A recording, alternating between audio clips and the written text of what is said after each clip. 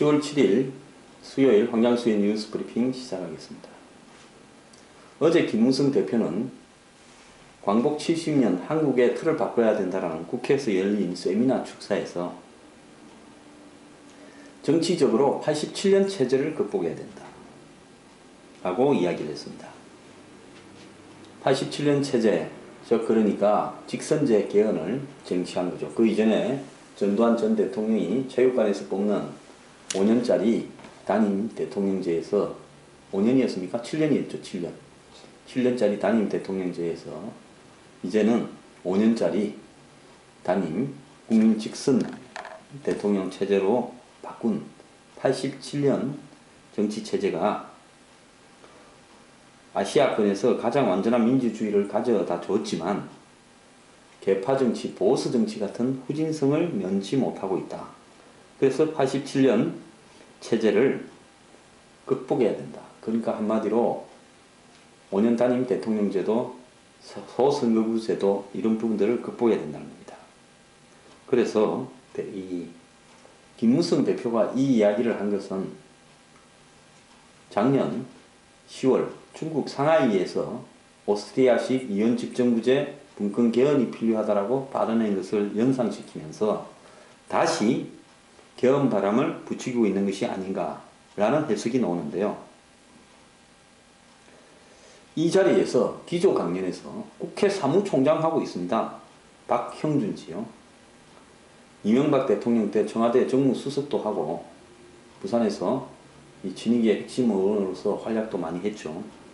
이분이 87년 체제가 권위주의적 발전국가의 모델의 특징인 대통령 중심의 계몽적 이론적 리더십을 이어받았다. 즉 대통령은 카리스마 있게 끌고 가는 그런 정치 체제다. 그래서 87년 체제를 넘어서는 것이 핵심이다 라고 이야기를 한 겁니다. 자, 공천룰과 관련해서 청와대가 안심번호 공천에 대해서 문제를 제기하니까 청와대에서 내리꽂으려는 전략공천 의도가 아니냐라는 부분을 이야기하면서 대통령이 정당에조차도 개입하는 부분에 대해서 우회적으로 비판했다. 이렇게 지금 해석이 되고 있는데요. 비박 진영이 일체의 친박을 겨냥해서 우회적인 전쟁을 벌이는 양상으로 가는 게 아니냐. 저는 그렇게 보는데요. 이 문제는 결국은 이 김무성 대표가 시간을 끌어가면서, 그러니까 당내 특별기구를 만들어서 공천 룰도 정하고 그 다음에 앞으로 전략 공천이나 이런 부분들을 어떻게 할 것이냐, 그리고 또 공천에서 여론조사와 당원의 비율을 어떻게 조절할 것이냐, 이런 어떤 부분을 논의하는 상황에서 한편으로는 다시 야당과 여당을 합쳐서 개헌에 동조하는 사람들을 모으고 있는 거 아니냐, 이런 의심을 살 수 있는 자리에서 그런 발언을 했습니다.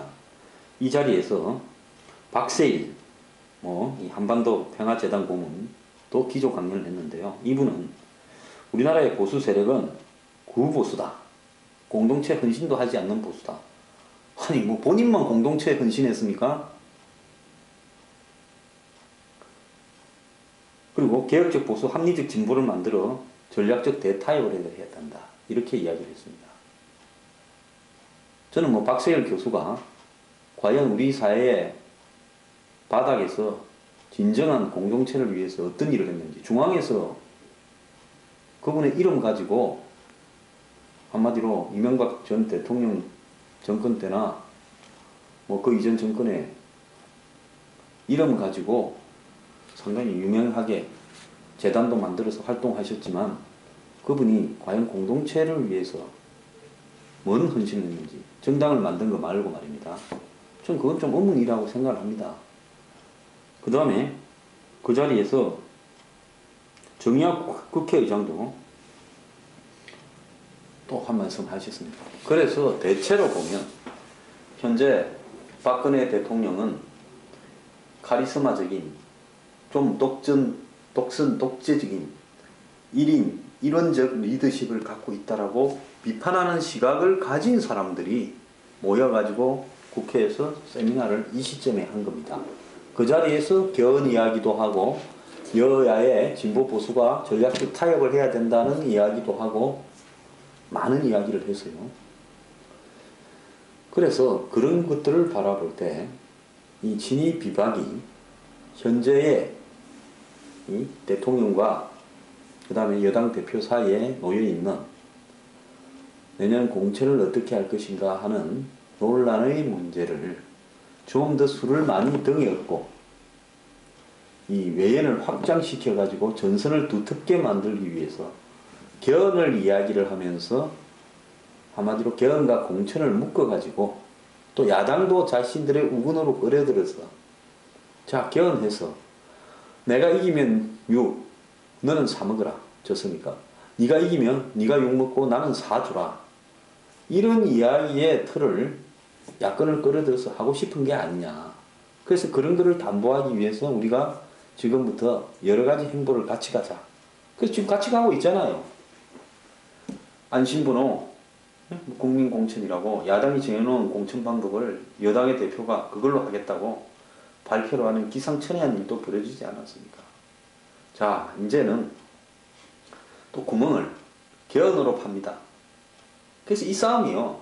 뭐 일부 신문은 김무성 제거를 했던 청와대의 플랜 A가 자초되고 뭐 김무성 대표를 적당히 눌러서 공천을 서로 간에 나누어서 정리하는 플랜 B로 갔다. 내지 뭐 김무성 힘 빼기 플랜 C로 갔다. 이런 이야기를 하는데요. 당사자 힘 안 빠졌습니다. 이 와중에 또 개헌을 암시하는 발언을 과감하게 하고 있습니다. 무슨 힘이 빠져요? 그래서 이 싸움이요. 모르겠습니다. 한쪽이 확실하게 기우기 전까지는 과연 쉽사리 끝날 수 있을 건가? 저는 끝나기 어렵다고 봅니다. 왜냐하면 치고 빠지고 하면서 그렇게 말한 게 아니고 오해였다. 뭐 그거는 뭐 안심번호 국민공천은 물 건너간 거고 당내에서 논의하자 하면서 타겟을 갖다가 없애버리고 있죠. 공격을 하려면 없으면서 자기 할 이야기는 다 하고 있는 겁니다. 당에 국회의원이나 공천 받으려고 하는 당의 위원장이나 출마하려고 하는 사람들에게요.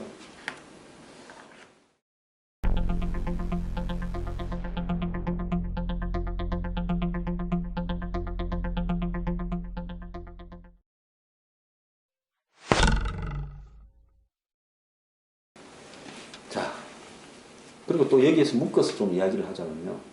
요즘 종편이나 TV 프로에 평론 정말 많아졌습니다. 저도 한때 뭐 열심히 하다가 요즘 제 입을 막으려는 사람이 많아가지고 종편에는 아예 안 나간다. 아니 못 나가는 게 맞겠죠. 부르지를 않으니까요.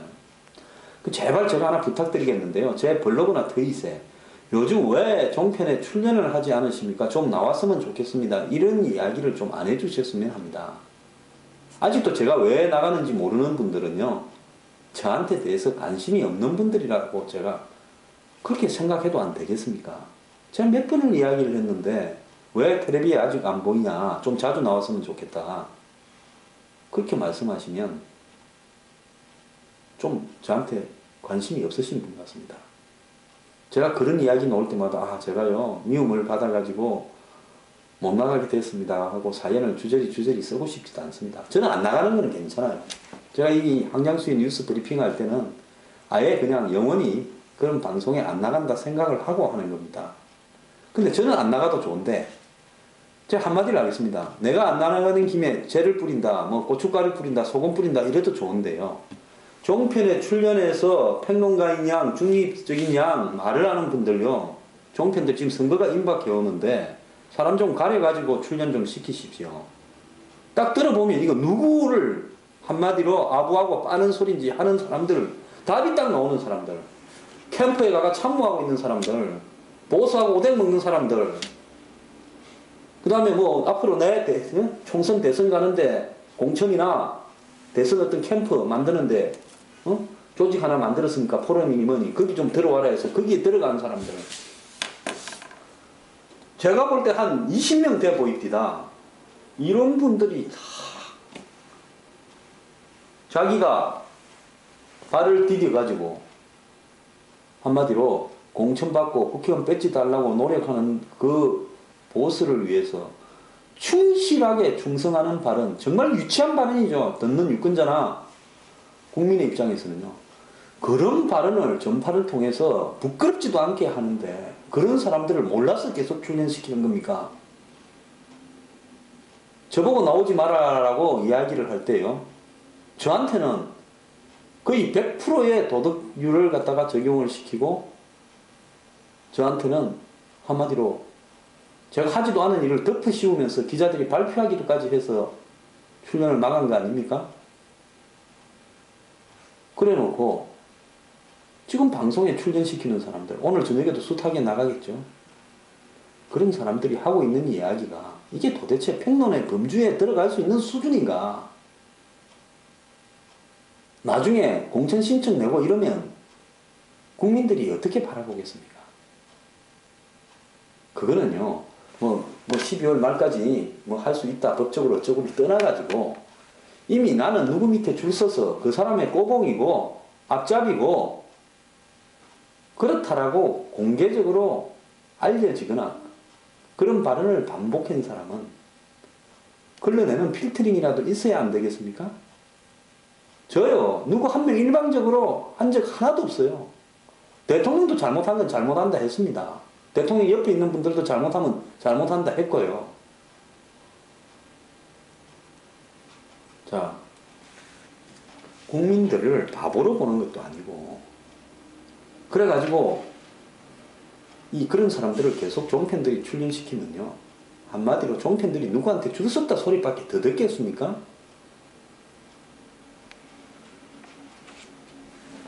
가이드라인까지 제시해가 이렇게 발언 좀 해라고 하고 거기에 안 맞으면 출연을 막다가 이제는 그 가이드 안에 들어간 사람은 가이드라인 안에 들어가서 앵무새처럼 시키는 대로 지적이고 자기 종편 방송사하고 이해관계가 깊은 정치인과 그 하수인들은 그냥 출연시켜서 마음대로 떠들게 하는 겁니까? 이게 정치방송이지 공정한 방송이라 할 수 있겠습니까? 누구가 그런 사람인지 궁금하면요, 제가 다 가르쳐 드릴게요. 그래서 출연자들한테 한번 물어보십시오. 내년에 출마할 거고 당신 어느 게 보냐고. 그래가지고 각서 받아가지고요, 공개 쫙 하고 그런 다음에 출연시키십시오. 그럼 거짓말하는 사람 나중에 들통날 거 아닙니까? 정치꾼들 불러다가요, 하나만한 소리 국민들 앞에 그 정치꾼들 입장에 서가지고 국민들을 설득시킨다고 생땀 흘리는 그런 류의 사람들을 평론가라고 출연시키지 좀 마세요.